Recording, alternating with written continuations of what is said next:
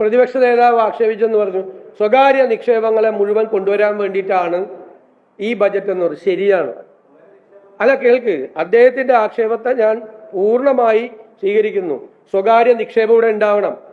ഈ 87,000 കോടി രൂപയുടെ കടവും ഇപ്പൊ കൊടുക്കേണ്ട ബാധ്യതയും 5 ലക്ഷം കോടി രൂപയുടെ കടവുള്ള ഒരു സംസ്ഥാനത്തിന് ഏത് കാര്യമാണ് ഒരു സെക്ടറിൽ, പബ്ലിക് സെക്ടറിൽ തുടങ്ങാൻ പറ്റുന്നത്? ഇവിടെ ഇൻവെസ്റ്റ്മെന്റ് വേണ്ടേ? ഇവിടെ മത്സരിക്കുകയാണ് സംസ്ഥാനങ്ങൾ, ഇന്ത്യയിലെ സംസ്ഥാനങ്ങൾ. ഓരോ ഇൻവെസ്റ്ററേയും കൊണ്ടുപോകുന്നതിന് വേണ്ടി തമിഴ്നാടും കർണാടകയും മഹാരാഷ്ട്രയും തെലുങ്കാനയും ആന്ധ്രയും ഹരിയാനയും എല്ലാവരും മത്സരിക്കുകയാണ്. ഇവിടെ വരാൻ പാടില്ല ആരും. അതല്ല ഞങ്ങളുടെ നയം. ഞങ്ങൾ സ്വകാര്യ നിക്ഷേപത്തെ പ്രോത്സാഹിപ്പിക്കും, ഇൻവെസ്റ്റ്മെന്റിനെ പ്രോത്സാഹിപ്പിക്കും. അതുവഴിയേ സമ്പദ്ഘടനയെ മെച്ചപ്പെടുത്താൻ പറ്റുള്ളൂ. പ്രൈവറ്റൈസേഷൻ എവിടെയാണ് ഉണ്ടാക്കിയത്? അല്ലെ, ഏത് മേഖലയാണ് സ്വകാര്യവൽക്കരിച്ചത്? KSRTC സ്വകാര്യവൽക്കരിച്ചോ? വാട്ടർ അതോറിറ്റി സ്വകാര്യവൽക്കരിച്ചോ? ഒരു മേഖലയും സ്വകാര്യവൽക്കരിച്ചിട്ടില്ല.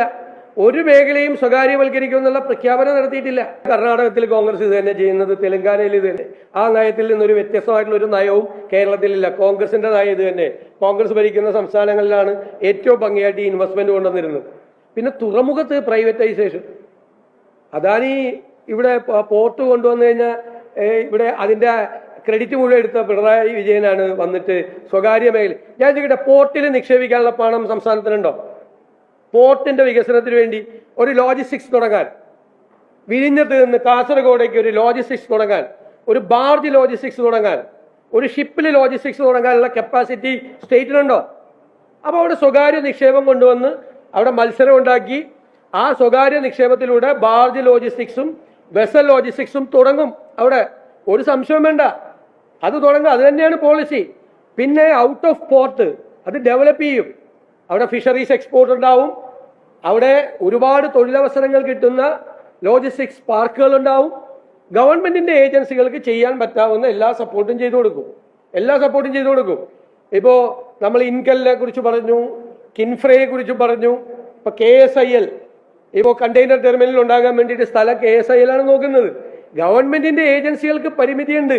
ഞാൻ ഒന്നും പറയല്ല. അല്ലല്ല, ലെറ്റ് മീ കംപ്ലീറ്റ്. നിങ്ങൾ തന്നെ കുറെ നേരമല്ല ചോദിക്കുന്നത്.